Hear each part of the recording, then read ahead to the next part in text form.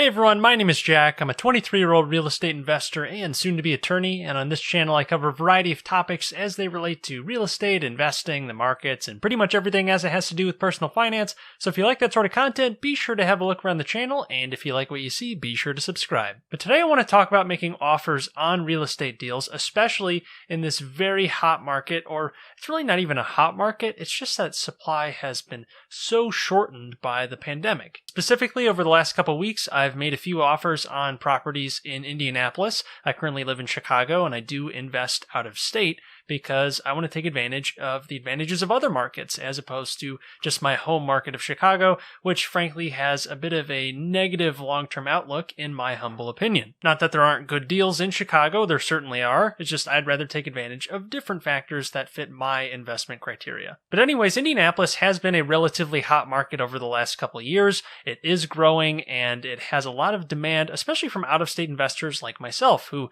maybe are from higher valued markets or otherwise expensive markets and want to take advantage of the better rent yield position in a market like Indianapolis generally, which has slightly higher rent to value ratios as opposed to somewhere like Chicago or San Francisco or LA or New York or wherever it happens to be. I think there's a lot of advantages to looking beyond your own backyard, especially if you're in one of those otherwise expensive markets, since you can take advantage of things that you don't have available to you in your local market. And you get the added level of geographic diversity, which I always am in favor of, especially if you're trying to build a very big portfolio. But anyways, I have been making offers on mainly multifamily buildings, small multifamily, 2 to 4 units in Indianapolis, which there already is kind of a limited supply of those buildings besides very, very, very old duplexes in Indianapolis in particular. But I actually made an offer on a couple fourplexes over the last week, and both times I got outbid. Despite one of those times making a cash offer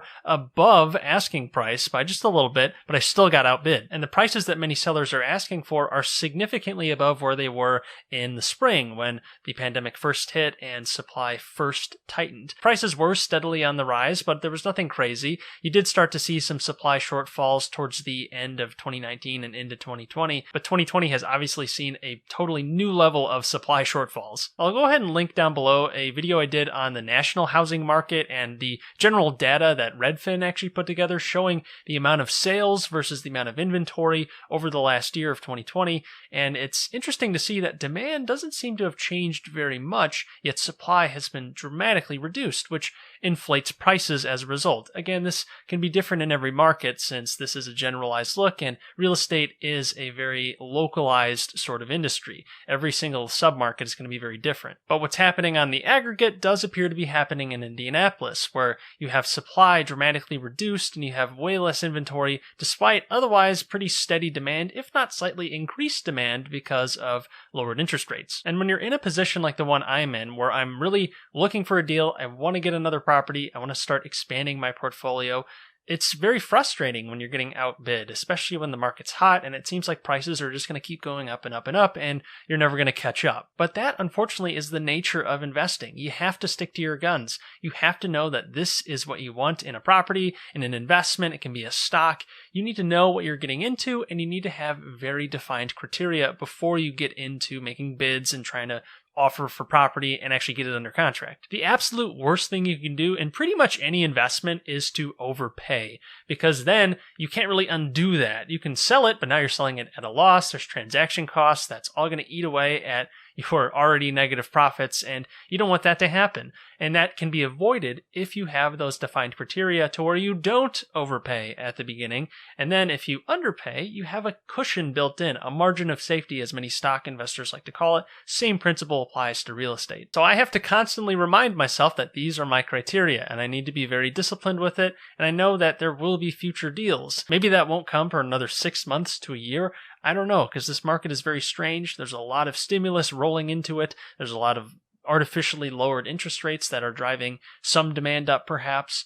And then supply, of course, is dramatically restricted, and we'll see what happens to supply this year. A lot of things could change in the short term, and that could make it even more expensive. I don't know. And I can't assume either way. All I can do is look at each deal individually and make sure that I'm trying to get the best price I can for it. And if that price falls into my investment criteria, then I should pull the trigger on it. And that's probably the best way to approach any investment. You got to have your plan in mind and make sure that it meets your criteria. The same thing goes for a lot of stocks right now. The stock market is very, very expensive in many places, especially in tech, where companies are many times very unprofitable, yet they're trading at gigantic valuations, assuming almost that they are profitable already, when they have a lot of risks to overcome, and risk needs to be priced into whatever you're buying. For real estate specifically, if you're adding a lot of risk to a deal by having a large amount of debt, maybe you're doing a house hack where you're 95% leveraged, then you got to make sure that you're getting a pretty good deal, since that's a lot of debt on the table. Of course, you're helped by the fact that the government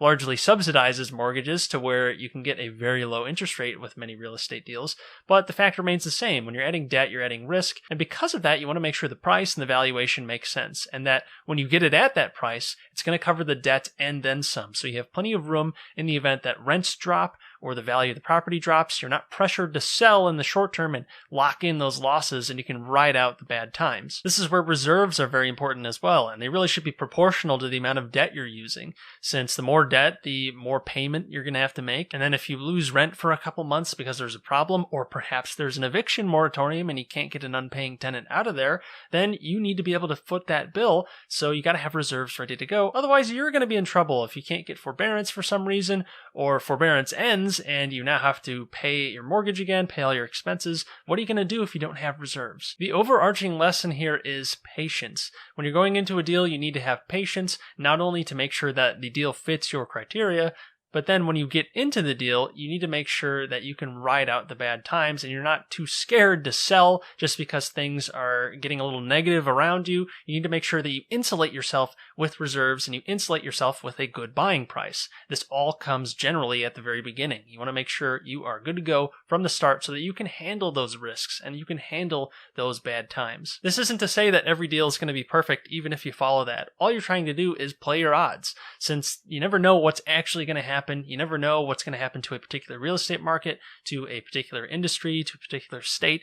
You don't really know that for certain, but you can play your odds and try to make sure that the probabilities are at least slightly in your favor. And you can definitely help yourself out by having reserves, by not over leveraging yourself, and by making sure that you're getting a deal at a good price for you, the investor. The first thing you should do is focus on what the investment is paying you now, since the future is uncertain. So if the investment pays you a lot now and you can get it for a good price, you're already off to a good start. Now, if it does appreciate in the future, then you get to be in an even better position. But of course, there's a flip side. If the market goes down and rents drop, and now you're in a bad position because you overpaid for a property because you assumed it was going to reach whatever growth metric you needed it to reach, and then that didn't happen because you don't have control over all of the future, then now you're out of luck. Much in the same way that a good company can have an overpriced stock that suddenly doesn't make sense anymore, the same goes for a piece of real estate, which might be really nice, it's in a great area, and you probably have a lot of upside if you were buying it at a normal price. The price is too expensive, and you can't justify paying that just because you're trying to fit some narrative that the market might be trying to throw at you. Patience and discipline are the key to successful long-term investing in pretty much any industry. But of course, that doesn't mean you shouldn't take action, so I'm still making offers on deals. They just are few and far between, and it's unlikely that I'm going to get one anytime soon